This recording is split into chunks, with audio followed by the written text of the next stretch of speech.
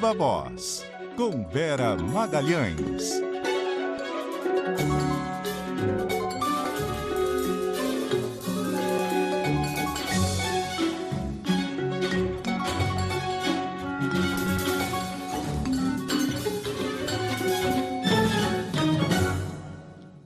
Oi, Vera Magalhães, tudo bem? Viva Voz, boa noite. Gente, é tão reconfortante ver que vocês estão aí. Aquela sensação de que não teve o estalo de dedos do Thanos e que os amigos desapareceram, sabe? As pessoas ainda estão vivas. Ver vocês está dando um quentinho no coração. Ai, Vera. Pauta por e-mail, gente. Que ano é hoje? Bom, o que salva é que temos assunto, né, Vera Magalhães? Temos, inclusive esse, que é o assunto único da humanidade. Vamos começar com outro, e daí a gente deixa esse para seguindo o seu roteiro de sugestão, inclusive, aí. Já falamos bastante sobre ele aqui, e quem sabe até lá as coisas voltam a funcionar. Já pensou se acontece durante o Viva Voz? Vai ser um acontecimento. Qualquer explosão, estouro que você ouvir aí, você dá um toque, tá? Qualquer coisa nesse sentido. Avisa aí. Falar do ministro Paulo Guedes, participou de um seminário do Tribunal de Contas da União, né? Aí tem toda uma questão aí para a Petrobras criar um fundo de estabilização de preço dos combustíveis e tal. Essas coisas aí. Será que esse negócio dá certo, Vera Magalhães? O mercado não curtiu muito não, né? Não curtiu muito. O governo começou a semana com essa pauta, né, Bocardi? Já tinha terminado na semana passada com esse assunto entre os mais falados, entre o legislativo e o executivo, porque o presidente está cobrando da equipe econômica uma solução para a oscilação grande dos preços dos combustíveis. O presidente da Câmara, Arthur Lira, também se incomodou com esse assunto. E agora, o ministro Paulo Guedes participou desse seminário online promovido pelo TCU e falou que o governo está estudando uma maneira de criar um fundo de estabilização do preço dos combustíveis, né? E tem todo um cuidado do governo para dizer que isso não é controle de preço, que não é interferência na política de preços da Petrobras, que não é uma interferência para não deixar que a variação internacional do preço do petróleo e dos combustíveis atinja o Brasil, mas na verdade é isso que está se fazendo, tentando um jeitinho para que o preço não varie tanto, não suba tanto. Isso deverá ser discutido também entre o presidente da Câmara, Arthur Lira, e os líderes partidários para a votação de projetos que tratem do assunto. Então, a ideia que o Guedes só esboçou nesse relatório do TCU, nesse seminário, aliás, é que o governo use as ações que ele tem da Petrobras e da empresa pública do pré-sal e as ações que o BNDES tem dessas empresas para fazer uma equalização do preço dos combustíveis. O mercado hoje fechou em baixa em razão dessa questão dos combustíveis, que é um assunto, em razão da necessidade aí de se encontrar uma fórmula para o novo Bolsa Família, que é o Auxílio Brasil, cuja medida provisória foi prorrogada, hoje teve a validade prorrogada pelo presidente do Senado, Rodrigo Pacheco, e a gente trata disso logo mais, e também porque o mercado está olhando para essa questão do preço dos combustíveis, do preço da energia aqui e lá fora, e também, no caso brasileiro, as notícias no fim de semana de um consórcio de veículos internacionais que mostrou, por meio de um caso chamado de Pandora Papers, que o ministro da Economia brasileiro e o presidente do Banco Central, Roberto Campos Neto, são proprietários de offshore no exterior, de empresas offshore.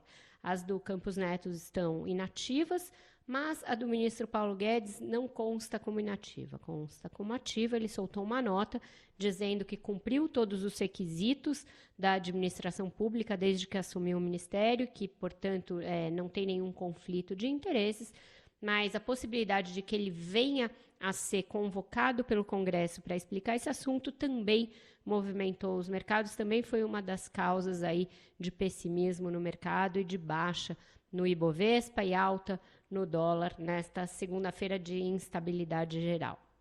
Agora, Vera, falando aí de Auxílio Brasil, como você disse, o Rodrigo Pacheco prorrogou a vigência da medida provisória que substitui o Bolsa Família pelo Auxílio Brasil, porque caducaria agora no dia 10, e o governo está tentando amarrar, na verdade, uma fonte de financiamento. Até agora não teve sucesso, né? É o mesmo caso, é o caso dos combustíveis. São assuntos que impactam diretamente a eleição do presidente, sua popularidade, portanto, são temas caros a ele e que não são de fácil saída, Carol. Toda a questão do Auxílio Brasil, que vai substituir o Bolsa Família, e aí tem toda uma mudança de desenho da política pública e não só de valor, ele depende de uma receita fixa que justifique uma despesa fixa. Essa receita imaginada pelo governo, ela vem da reforma do imposto de renda por meio da criação de um imposto que taxa lucros e dividendos. Só que essa reforma passou na Câmara e ainda não passou no Senado. Ela deverá passar, não é que o Senado esteja se recusando a votar, mas é que tem algumas coisas para que ela seja votada e pode ser que ela sofra modificações em relação ao que saiu da Câmara. Então, essa fonte ainda não existe e o espaço fiscal para você criar um programa robusto de transferência de renda tem de vir de algum lugar também. No caso, o governo precisa tirar da frente a necessidade de pagar 89 bilhões em precatórios no ano que vem. Isso depende da votação de uma proposta de emenda à Constituição, que é algo que requer um quórum muito alto e que não está também simples de equalizar, porque se chegou lá uma proposta de acordo, uma espécie de uma pedalada, porque não tem outro nome, você está jogando uma dívida para frente, mas os credores não estão topando o acordo que o governo ofereceu. Com isso, senadores e deputados também ficam com o pé atrás de votar uma PEC que depois não vai resolver o problema e que vai gerar uma enorme judicialização. Então, essa bomba fiscal segue no colo do governo e segue preocupando também o mercado, que não vê com bons olhos um governo que precisa ficar pensando em formas de pedalar em tudo, em combustíveis, na questão fiscal. Então, tá bem o pé atrás do mercado em relação ao governo com essas questões, que são questões que dizem respeito diretamente à reeleição do presidente, à possibilidade de reeleição dele. Funil e sem outra perspectiva, a não ser a do funil. Né? Vai espremendo, ficando meio sem saída, porque você não consegue enxergar uma outra. Olha, se acontecer tal coisa, se tiver algo aprovado, se conseguirmos uma mobilização político-partidária, tal, de renovação ou de preocupação com a economia. Não tem. Você enxerga alguma coisa por aí? Não tem de nenhum lado tem essa perspectiva. É um foco só na eleição, e que não vai ser a salvação também para essas questões do país. E está longe ainda, se for analisar. Quanta coisa ainda precisa ser paga, ser resolvida até chegar lá, não é, Vera? Bocardi, nesse fim de semana a gente chegou à marca, né, de menos de um ano. Agora tem menos de um ano para a eleição. A gente já está nessa pauta eleitoral há bastante tempo, tudo voltado para essa discussão eleitoral, mas você veja só, a gente nunca chegou... desde que a gente tem o advento da reeleição, portanto, ali desde o FHC 1 para 2, numa situação em que, a menos de um ano da eleição, o presidente é tão mal avaliado, a inflação está tão alta e pressionando tanto a questão política, o presidente não tem um partido político para chamar de seu e tem um nó fiscal tão grande quanto a gente está enfrentando aqui. Então, uma condição de todos os lados muito adversa para o presidente Jair Bolsonaro, que também vai ter aí pela frente o relatório da CPI, que vai propor o seu indiciamento, tem outras cascas de banana no horizonte. E essa é a única preocupação do presidente, aquela visível, aquela pela qual ele reúne os ministros, pela qual ele cobra Paulo Guedes. Uma saída para que ele reverta um índice de popularidade tão grande. Também é ele, Bolsonaro, o presidente mais mal avaliado dos que vão disputar a reeleição. Nem a Dilma tinha uma avaliação tão ruim a essa altura do jogo quanto o Bolsonaro tem, e uma condição nas pesquisas eleitorais tão ruim. Então, daqui para frente, cada vez mais aqui nas nossas conversas no Viva Voz, tudo vai estar condicionado à eleição. Vai ser um ano em que a gente vai ver as decisões sanitárias, as decisões econômicas, as decisões fiscais, decisões de educação, todas elas baseadas no jogo eleitoral. Né? Requer estômago forte. Não, eu estou aqui... Tive um final de semana meio desgostoso até por encontros que vieram à mesa ou veio em cada encontro a discussão política que sempre tem, né? E aí foram encontros com grandes defensores, inclusive, do presidente Jair Bolsonaro. E é inevitável, né? Só que nesse ponto que você estava colocando aí de popularidade, eu também estava colocando essa discussão. A gente tem um fator, esse índice que sempre, na verdade, ele sempre existiu há um ano de eleição, né? Assim, sempre tem esses 20%, 25% que a gente fala, mas assim, a resposta taxativa é que não. Os institutos de pesquisa são comprados, tal. É impressionante, né, essa argumentação, porque quando é a favor, o instituto de pesquisa é o melhor que tem. Quando é contrário, a base de discussão, ele é realmente... não dá para acreditar no instituto de pesquisa. Ai, é duro, viu? É a pós-verdade. É difícil. Vamos falar de CPI, gente? Porque a CPI está começando eu quero a amarrar... dividir mais uma ainda no final fala. de semana, porque foi o máximo ontem. Essa foi boa. Na hora que...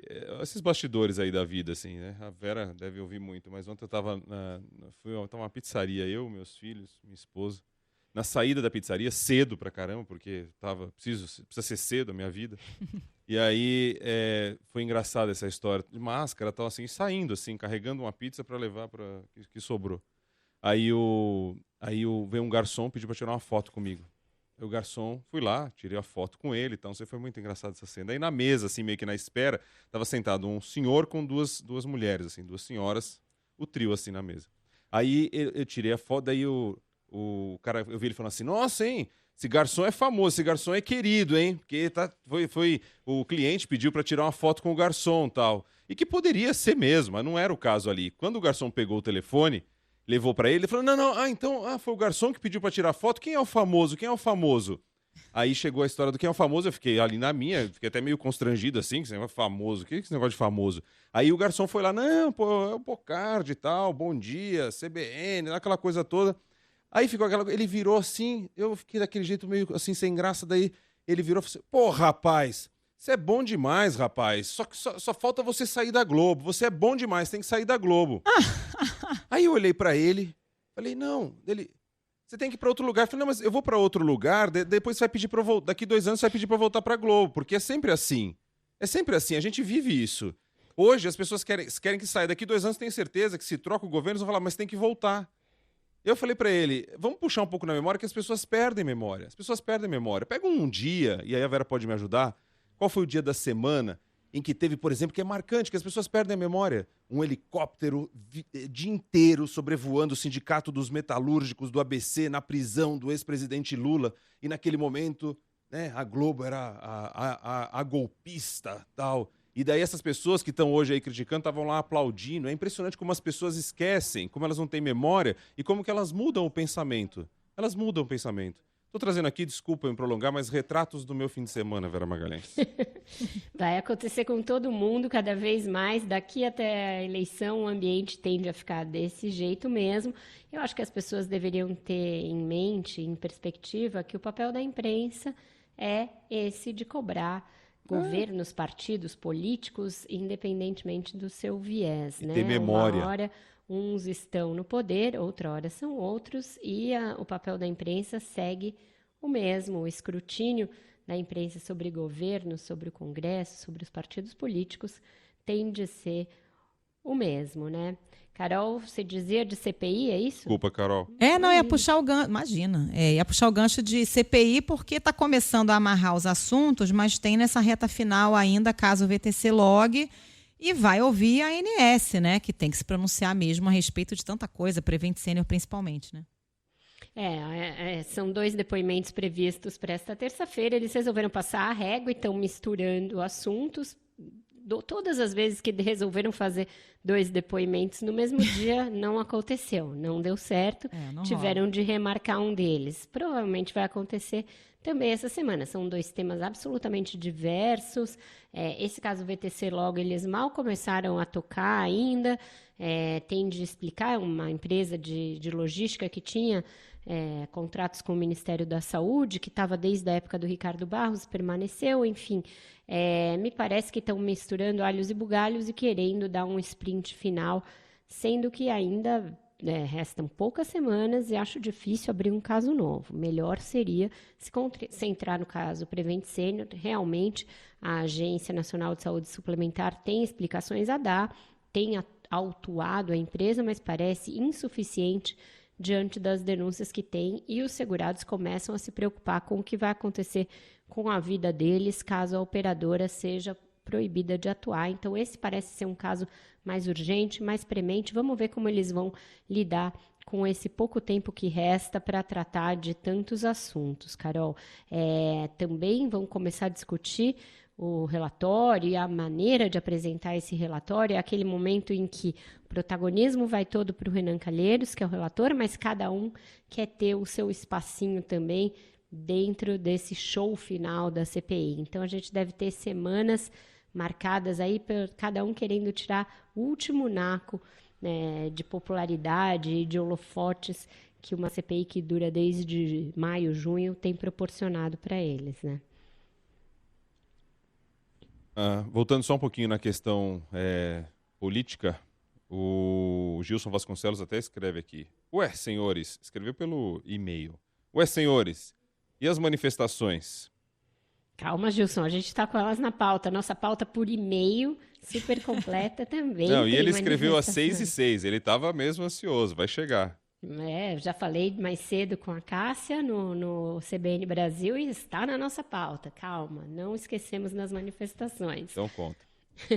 No sábado houve as manifestações de partidos e movimentos de esquerda contra o presidente Jair Bolsonaro em todo o Brasil e em outros países. Houve também movimentação em vários países contra ele, pelo Fora Bolsonaro. O que aconteceu foram manifestações numericamente menores que as do 7 de setembro, de apoio ao presidente. É lógico que é difícil comparar uma coisa e outra. As manifestações do 7 de setembro a gente viu e falou por semanas a fio antes da sua realização, o tanto que elas estavam sendo mobilizadas pelo próprio Bolsonaro, pela sua família, pelos seus partidários e, sobretudo, por grupos com grande poder de arregimentação, como os caminhoneiros, o agronegócio, associações do agronegócio que entraram, inclusive fornecendo acampamento, fornecendo lanche, etc. Então, aquelas foram manifestações que foram calculadas para serem grandes, porque o presidente pretendia e deu um ultimato com viés golpista naquela ocasião. Agora, a gente vê uma certa divisão no movimento de oposição ao presidente. As primeiras manifestações no dia 12 foram organizadas por grupos de direita, centro-direita, que são oposição a Bolsonaro, como Vem Pra Rua, o próprio Partido Novo, uma ala dele, porque uma ala é bolsonarista, efetivamente, o MBL, etc. Então, naquelas manifestações, setores da esquerda e da centro-esquerda tiveram dificuldade de aderir pelo fato de esses movimentos, no passado, terem sido apoiadores do presidente Jair Bolsonaro. Dessa vez foram os partidos de esquerda que fizeram a mobilização, estiveram lá vários líderes de esquerda e de centro-esquerda, inclusive o Ciro Gomes, que tem feito muitas críticas ao PT e ao Lula e foi hostilizado nos atos deste sábado. Isso levou a que ele propusesse uma trégua entre aqueles que são oposição a Jair Bolsonaro, para que não briguem entre si, concentrem o seu foco no presidente. Ciro parece ter sentido a rejeição que verificou na rua, mas isso também foi fruto de uma escolha dele, uma escolha política, uma escolha de marketing, que ele fez junto com o João Santana, que está com ele, de concentrar os seus ataques no ex-presidente Lula e no PT. Ele fez isso de caso pensado, imaginando que a disputa dele por uma vaga num eventual segundo turno se daria contra o Lula.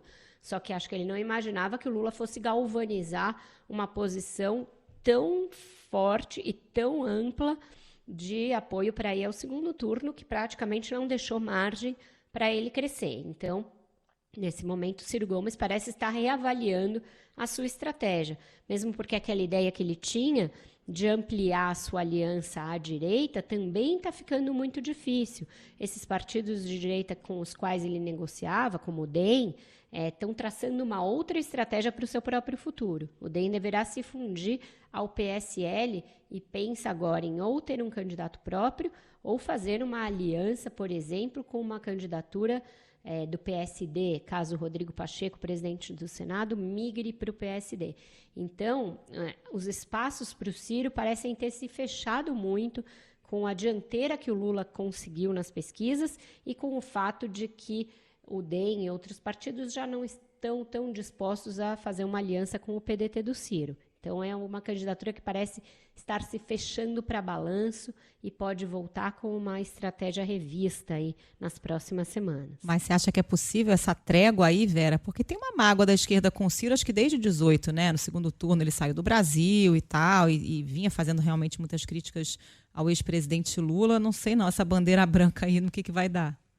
É uma mágoa recíproca, né? Porque verdade. o Ciro se ressente muito do fato de o PT, mesmo com o Lula preso, ter optado por lançar um outro candidato ao invés de apoiá-lo, como defendiam setores do petismo. O próprio Jacques Wagner era um que achava que sem o Lula, o PT poderia ter apoiado o Ciro em 2018. Então, é algo que eles vão ter de resolver, mas, de fato, a relação se esgarçou muito e se esgarçou naquela época que o Ciro foi para Paris e também agora, porque ele concentrou muitos ataques no PT e no Lula, fez ataques no Lula recentes, pelo fato do Lula não ter sido muito enfático na condenação da Prevent Senior, fez uma acusação de que o Lula está usando o jatinho da empresa para se locomover por aí, o que o PT nega.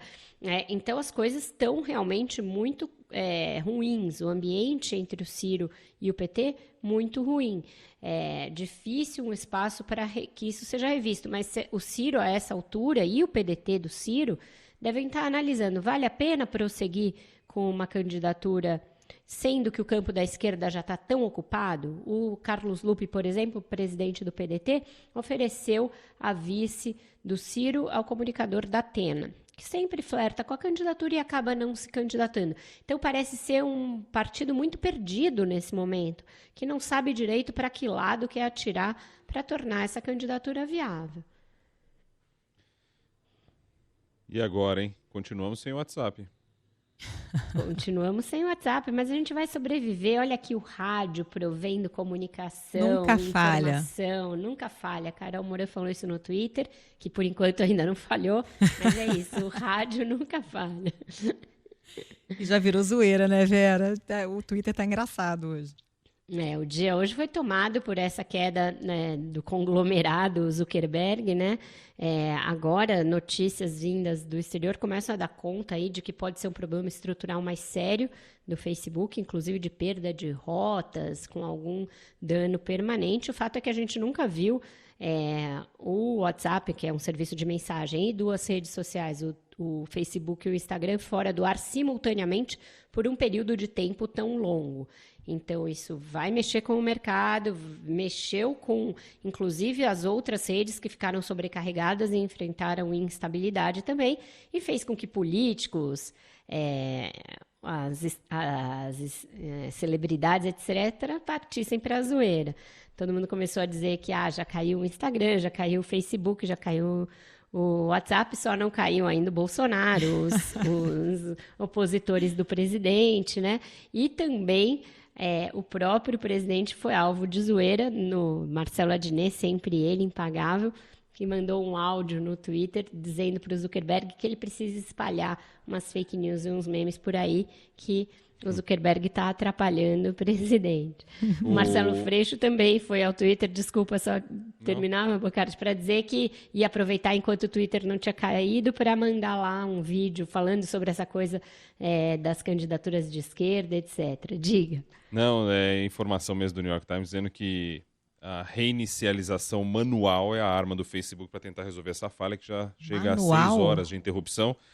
Diz que Imagina isso, gente. Uma equipe está indo para o centro de dados da Califórnia para tentar solucionar esse problema. Vamos dar um boot, vamos desligar tudo e ligar de novo, que nem a gente faz em casa, né? Onde fica esse botão e como é que funciona, que é a questão. Gente, tinha um técnico de informática lá da Folha, nos anos 90, que era o Bolinha, maravilhoso, que a gente falava, Bolinha, caiu no seu carro, desliga e liga. E pior é que sempre funcionava. Vamos ver clássico. Se lá no Facebook vai funcionar, mas o desliga e liga era muito bom. Agora, uma questão importante, e serve para tanta gente, né, que fica a lição dessa dependência de uma plataforma que você não tem nenhum controle sobre ela.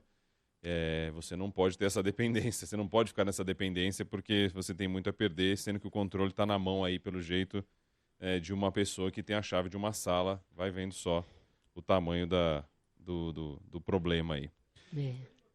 Agora, o Adnet, além do áudio, fez um samba também, em tempo recorde. Ele fez 3, depois eu fui ver. 3? Ele é muito gênio, Bocardi. Propôs até um concurso. A gente escolheu um deles, mas tem 3 lá no Twitter. Poxa, eu Pra vi quem um. quiser votar. 3 sambas enredos. Olha o que um dia sem WhatsApp torna as pessoas produtivas, né?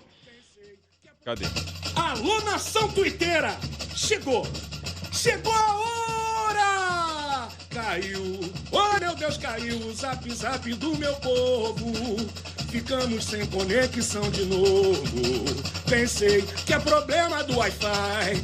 Ai, ai, ai, oh meu Deus, me enganei. Era um problema no sistema, ou pior, um problema de conexão. Hackeamento, tudo pode no momento em que a tecnologia toma conta da nação. Spyware, myware, tem alguém me observando? Tapa a câmera e o áudio. Ai meu Deus, tô tweetando.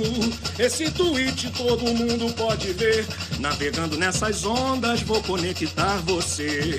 Steve Jobs tem todas as nações. Zuckerberg comandando os bilhões. Quem tá por trás dessa loucura de todo o bafafá? Só quero é me reconectar. Eu não quero Telegram. Espero até de manhã. Muito bom. Pra você voltar pra mim. Deu até saudade do E se mandar carnaval. Um áudio muito grande. Como se precisasse disso pra ter saudade do carnaval, né, Carol Moreira? Pois é. Ele tá falando que é só amanhã de manhã, Carol. Ai, não, gente, pelo amor de Deus. Possível. Não, tô confiando nesse boot manual aí, vai dar certo, gente. Vamos É mentalizar. isso aí, desliga e liga, vai dar certo, gente. Ai, ai. Ih, olha lá, não para, já tá no 2. Ah, samba 2, é isso aí. O meu boa noite pra quem eu vou dar. Não posso me conectar. Olha lá. Mas o Adnet é compositor de samba mesmo, ele fez o samba da São Clemente no último carnaval, né? Muito bom. É isso aí. Que Até amanhã, meu coisa. povo. Valeu, Espero que Vera já com o Magalhães. Zap Zap. Pelo amor de Deus. Beijo, Boa Vera. noite, valeu. Tchau. Tinha no alto em busca de conexão.